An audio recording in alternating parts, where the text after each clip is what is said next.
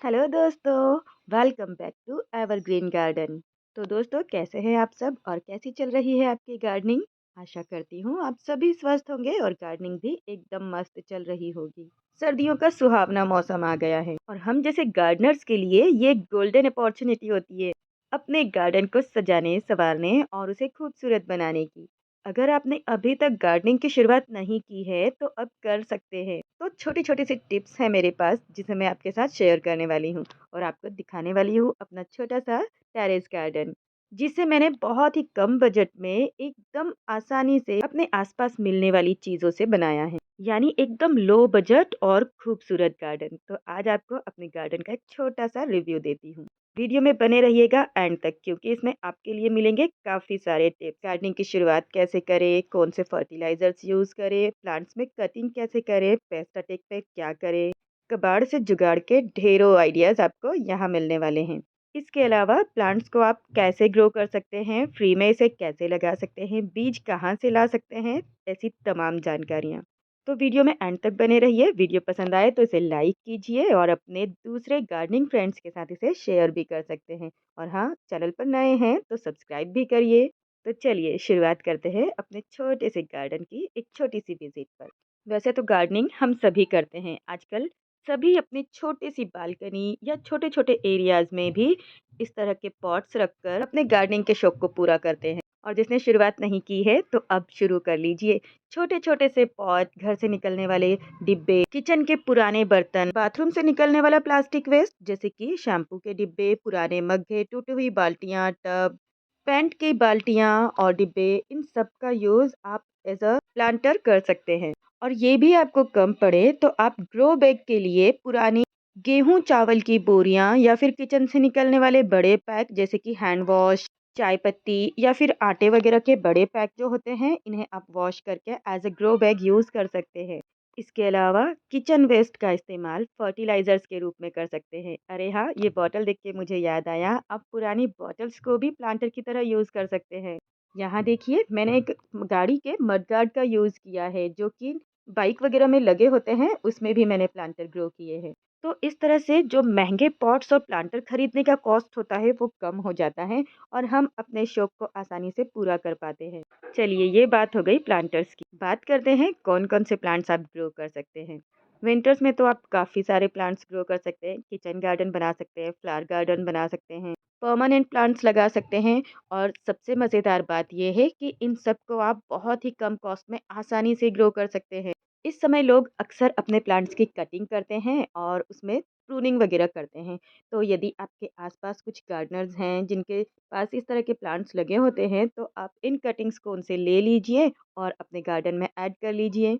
Kitchen garden के लिए मिर्ची, मेथी, धनिया, बैगन, सरसों, सौंफ, अजवाइन जैसे किचन से निकलने वाले बीजों का इस्तेमाल कर सकते हैं। तो फ्री के बीज भी हो गए। अब यदि आपको कोई प्लांट फ्लावर्स का चाहिए तो आप रोड साइड से इसकी कटिंग ले सकते हैं, अपने फैमिली या फ्रेंड्स से इसकी कटिंग ले सकते हैं और इस समय ग्रो कर सकते हैं। कुछ प्लांट्स तो कटिंग से बहुत इजीली ग्रो हो जाते हैं और कुछ प्लांट ऐसे होते हैं जो कि सेपरेट करके ग्रो कर सकते हैं। हाँ, ये सब एक साथ नहीं होगा, बहुत धीरे धीरे ही ये चीज़ें हो पाती हैं। तो गार्डनिंग जो एक आपकी हॉबी है उसमें काफ़ी पेशेंस चाहिए होता है, क्योंकि कई बार आपके लगाए हुए पौधे सक्सेस होते हैं, कई बार ये बहुत बुरी तरह से खराब हो जाते हैं, कई बार कीड़े मकोड़े इन्हें खा जाते हैं। और अगर आप गार्डनिंग में नए हैं, आपको नहीं पता कि इन्हें धूप, पानी और किस तरह के फर्टिलाइजर्स चाहिए, तब भी बहुत प्रॉब्लम होती है। तो इन सब से बचने के लिए आप ऐसे प्लांट्स लगाएं जो परमानेंट होते हैं और बहुत कम मेंटेनेंस में चलते हैं, जैसे कि वेनका या सदाबहार। देसी वाले रोज़ की वैरायटी आप लगा सकते हैं, इन्हें कम मेंटेनेंस की ज़रूरत होती है। किचन गार्डन के लिए आप करी लीव्स का इस्तेमाल कर सकते हैं। एक बार लगने के बाद ये एक परमानेंट प्लांट की तरह होता है जो कम मेंटेनेंस में आसानी से चल जाता है। हेज की तरह इस्तेमाल होने वाले बहुत सारे प्लांट जो आराम से ग्रो होते हैं और कटिंग से इजीली लग जाते हैं। फ्रूट प्लांट्स लगाना चाहते हैं तो नर्सरी से कुछ प्लांट्स खरीद सकते हैं और एक बार स्टेब्लिश होने के बाद ये भी बहुत अच्छी तरह से चल जाते हैं। लेमन ग्रास, एलोवेरा, ये कुछ ऐसे प्लांट्स हैं जो सिर्फ एक बार लगाने के बाद बहुत कम मेंटेनेंस में आसानी से चलते हैं। और दोस्तों, ध्यान दीजिएगा, मेरे गार्डन में बहुत सारे कबाड़ के जुगाड़ मिलेंगे आपको। बस नज़र बनाए रखिए गार्डन पर। देखिए यहाँ पर एक पुराने बर्तन का इस्तेमाल मैंने किया है प्लांट्स को ग्रो करने के लिए। गर्मियों में मैंने इसमें पर्सलेन और पोर्चुलका लगाया था। अभी भी कुछ प्लांट्स इसमें लगे हैं और कुछ प्लांट्स हटाकर मैंने यहाँ पर वर्बिना और पिटूनिया के प्लांट्स जो कि मैंने नर्सरी से खरीदे थे, इन्हें ग्रो कर दिया है। अच्छा, जगह की कमी तो हमें हमेशा ही होती है, तो मैं यहाँ पर रेलिंग का इस्तेमाल कर लेती हूँ इस तरह के छोटे छोटे प्लांटर्स को लगाने के लिए। तो ये वर्टिकली लग जाते हैं, जमीन पर काफी जगह बच जाती है। और इनमें ऐसे प्लांट्स लगे हैं जिन्हें बहुत ही कम केयर की जरूरत होती है, जैसे बोट लिली, वांडरिंग ज्यू, पर्सलेन। ये फ्लावर वाली केली का प्लांट है। यहाँ एक पुरानी बास्केट में मैंने स्पाइडर प्लांट लगाया है, साथ ही कलांचो भी लगा है। ये भी आप आसानी से ग्रो कर सकते हैं। सिर्फ एक बार आपको प्लांट की ज़रूरत होती है, उसके बाद आप खुद डिवाइड करके इससे काफ़ी सारे प्लांट बना सकते हैं। पुराने छोटे-छोटे टब जिनका इस्तेमाल अब नहीं हो रहा, उन्हें आप इस तरह के छोटे प्लांटर्स या बास्केट प्लांटर्स की तरह बना सकते हैं। ये भी एक पुराने बर्तन का ढक्कन है जिसे मैंने इम्प्रेशन लगाने के लिए इस्तेमाल किया है। विंटर फ्लावर्स कम मिट्टी में चल जाते हैं, तो इसलिए इन्हें इस तरह के छोटे बर्तनों में आसानी से लगाया जा सकता है। और विंटर्स खत्म होने के बाद आप इसमें समर फ्लावरिंग प्लांट्स जैसे विनका, पोर्चुलका वगैरह लगा सकते हैं। पर्सलेन भी इसमें काफ़ी आसानी से चल जाएंगे। एक और जुगाड़ दिखाती हूँ। ये देखिए, एक पुरानी टब थी जो कि खराब हो गया था। तो इसमें मिट्टी और सूखे पत्ते वगैरह डालकर मैंने अपने कुछ फ्लावरिंग प्लांट्स के सीड्स जो मैंने लास्ट ईयर संभाल कर रखे थे वो डाल दिए, और इसमें काफ़ी सारे नए प्लांट्स उगे हैं। इसमें जीनिया, कैलेंडुला, गोम्फ्रीना जैसे फ्लावरिंग प्लांट्स थोड़े-थोड़े ग्रो होने लगे। जब ये ग्रो हो जाएँगे तो मैं नए प्लांटर्स में इन्हें ग्रो करूँगी। यहाँ पर चावल की बोरियों में मैंने काफ़ी सारे प्लांटर्स लगा रखे हैं। साथ ही इस तरह ऑयल केन जो 15 लीटर वाले होते हैं बड़े, उनका इस्तेमाल किया है, और देखिए इनमें काफ़ी अच्छी तरह से फ्लावरिंग भी होती है। ये बोरियों का इस्तेमाल मैंने किया है एज़ अ प्लांटर। काफ़ी सारी मिट्टी इसमें आ जाती है, तो इसमें बड़े-बड़े प्लांट आप लगा सकते हैं। तो इसमें मैंने टमाटर लगा रखे हैं, पोई के साग लगा रखी हैं, यहाँ पर सेम फली लगा रखी हैं, और आगे यहाँ पर कूलर के टब का टूटा हुआ हिस्सा मैंने स्टैंड की तरह इस्तेमाल किया है। इस पर काफ़ी सारे छोटे-छोटे प्लांटर रख दिए हैं, तो ये एक स्टैंड की तरह हो गया। ये देखिए, पुराने पॉली बैग जो कि यूज़ नहीं होते, किचन से निकलते हैं, उनका इस्तेमाल इस तरह से प्लांटर के रूप में कर सकते हैं। पेंट के डिब्बे, ऑयल कैन, प्लास्टिक की टूटी हुई बाल्टियाँ जो थोड़ी बहुत टूट जाती है और आप उसे इस्तेमाल कर सकते हैं। यहाँ पर मेरे खूबसूरत कोलियस वगैरह रखे हुए हैं। तो देखा आपने, गार्डनिंग करना उतना भी कठिन नहीं है जितना कि आप सोच रहे हैं। बस शुरुआत तो कीजिए, सब कुछ होता चला जाता है। यहाँ पर पुराने कपड़े की रस्सियाँ बनाकर मैंने इस तरह से बॉर्डर्स बना दी हैं जिस पर बेलें आराम से चल सकती हैं। यहाँ टायर प्लांटर्स में धनिया और मेथी उगाई हैं। ये एक स्टैंड मेरे पास रखा हुआ था पुराने दरवाजे का, तो इसे मैं इस तरह से इस्तेमाल कर लेती हूँ। अपनी हैंगिंग बास्केट्स इसी में टांग टांग देती हूँ और वर्टिकली इस जगह का इस्तेमाल करती हूँ। यानी कि नीचे बड़े प्लांटर्स हैं और ऊपर छोटे प्लांटर्स। ऐसा ही नहीं, इसके पीछे भी मैंने कुछ छोटे-छोटे से डिब्बे लगा रखे हैं जिसमें छोटे-छोटे प्लांट लगे हैं। तो आप जगह को इस तरह से मैनेज कर सकते हैं। पुराने पेन होल्डर, टूथब्रश होल्डर, इन सब का इस्तेमाल मैं एज़ अ प्लांटर कर लेती हूँ। और थोड़ी-सी क्रिएटिविटी दिखाकर आप इन्हें और ज़्यादा खूबसूरत भी बना सकते हैं। पुरानी प्लास्टिक बॉटल के हर हिस्से का इस्तेमाल मैं करती हूँ। किचन के निकले पुराने डिब्बे वगैरह भी यूज़ कर लेती हूँ। यहाँ तक कि बाइक के जो पुराने ट्यूब, टायर्स और मडगार्ड वगैरह होता है, उन्हें भी यूज़ कर लेती हूँ। एक पुरानी खिड़की का इस्तेमाल मैंने यहाँ इस तरह से किया है। अब हमें बार-बार स्टैंड वगैरह खरीदने की ज़रूरत तो पड़ती रहती है, क्योंकि इतने सारे प्लांटर्स हो जाते हैं, उन्हें अरेंज कैसे करें? तो मेरे पास एक पुरानी खिड़की पड़ी थी, जो कि छत पर ऐसे ही पड़ी हुई थी। बस मैंने उसे दीवार के सहारे इस तरह अरेंज किया और ढेर सारे छोटे प्लांटर्स इसके साथ ही लगा दिए। ये एक टूटा हुआ गमला है जो कि टूट गया था। इसे मैंने बोलिवियन ज्यू लगाने के लिए इस तरह से इस्तेमाल किया है। पुराने टूटे हुए कप्स, डिब्बे, मग है, शैम्पू बॉटल्स, सब कुछ बस इस्तेमाल कर लेती हूँ अपने गार्डन में।